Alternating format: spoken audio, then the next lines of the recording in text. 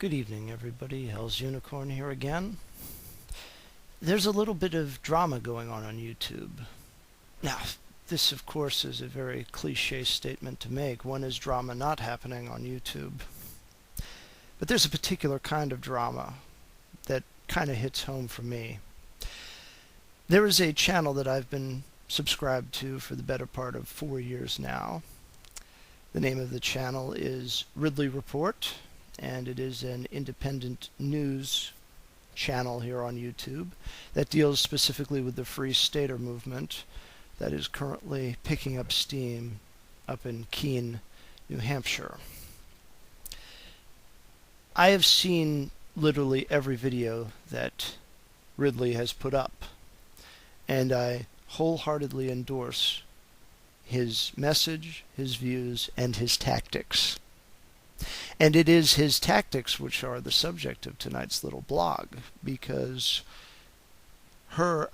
his tactics have brought about the ire of a particular user, goes by the name of Iremythpurr.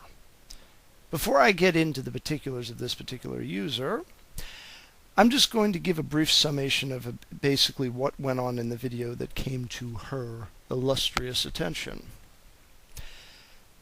Ridley was doing his usual thing, going around asking questions with his video camera in hand of various people involved in a pro-Planned Parenthood rally of sorts. It was basically a picket fest or a protest of some sort. I would like to first state my views on the matter. When you put yourself in the public square, you are basically putting yourself in a position where you will be subject to public inquiry, particularly when you are begging for public money or demanding public money. It naturally follows that if you're going out and getting in people's face, telling them that they're horrible human beings unless they support your pet cause, that you in turn have the right to get into their faces and ask them, what the hell kind of logic are they functioning on? Now, the obvious answer to this question is there is no logic. There is no logic in politics. But more importantly, there is absolutely no logic, no reason, nothing resembling rational thought when it comes to feminism. Feminism is the antithesis of logic and reason. It is the antithesis of human accomplishment. It is a disease that has perverted and pushed a very essential part of human behavior into regression. This being, of course, the relationship between the two sexes, both of which are necessary for the continuation of the species. One could liken feminism to a fatal disease. It could be compared in many respects to AIDS, hepatitis B, and other fatal diseases that are communicated person to person. But it's much worse than AIDS. AIDS has killed several thousands upon thousands of people, just like Nazism and communism, the latter of which the user that I'm going to lay into in just a minute is an avid supporter of.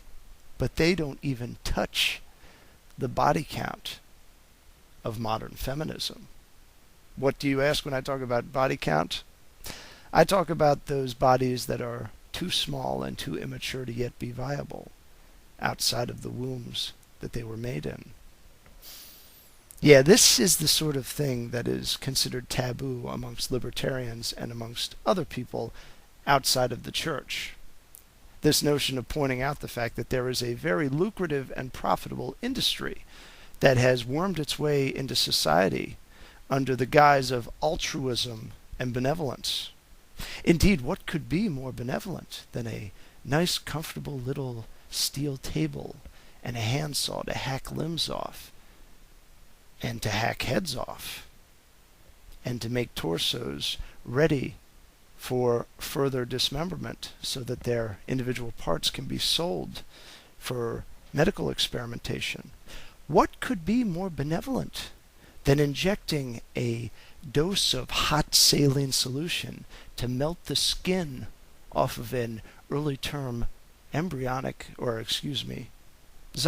or fetus. What could be more benevolent than vacuuming the eyeballs out of the head of a mid-trimester baby in the womb? Oh. Baby killing, it is such a great stand in the cause of human rights. Now, I know that half of my subscribers, or maybe a little less than that, are probably appalled by what I'm saying, but you have to admit that regardless to whether you're pro-life or pro-choice, what I'm saying is accurate.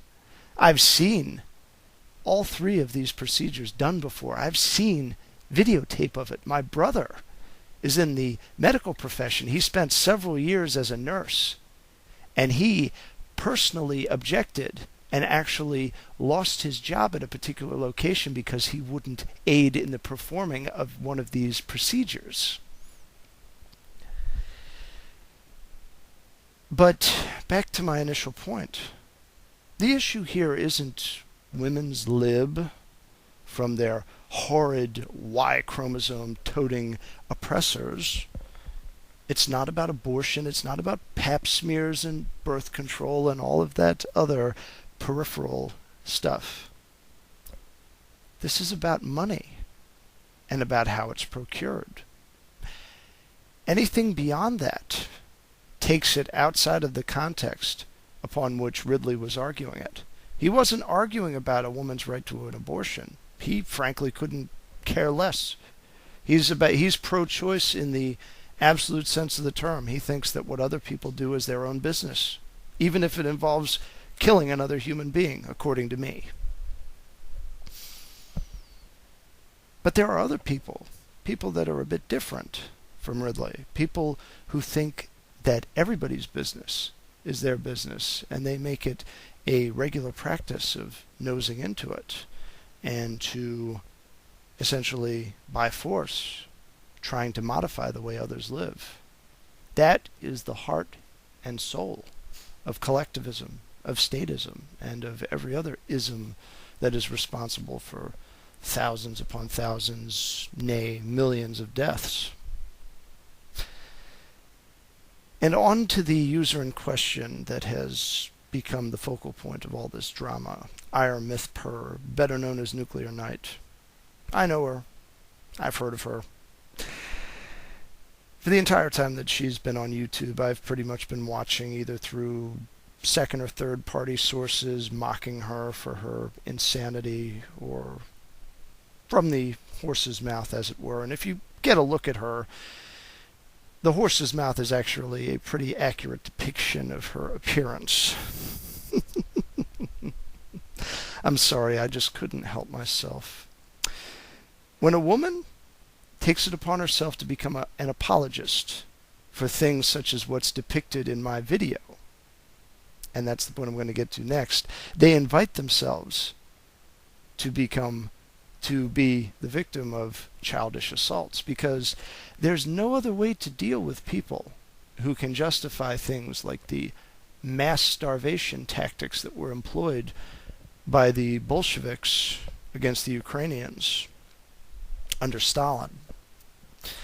If you go through the bulk of Iremythpurr's videos, or if you've seen any of Nuclear Knight's videos, you will hear a woman that is absolutely mad. She is crazy with the fluttering of 1,000 bats in her belfry. She actually thinks that a super hyper version of what occurred in Ireland with the potato famine in the Ukraine was justified simply because the people that flew her banner were the ones that had perpetuated it. I often get criticized for being religious, but let me ask you something. What is more religious than a woman who accepts two of the most vile and vindictive and most irrational of ideologies possible? She's a feminist. In fact, she's not really even a feminist. She's gone well beyond that. She is misandric, and to an extent, a misanthropist. She is also a communist in the hyper-status vindictive variety.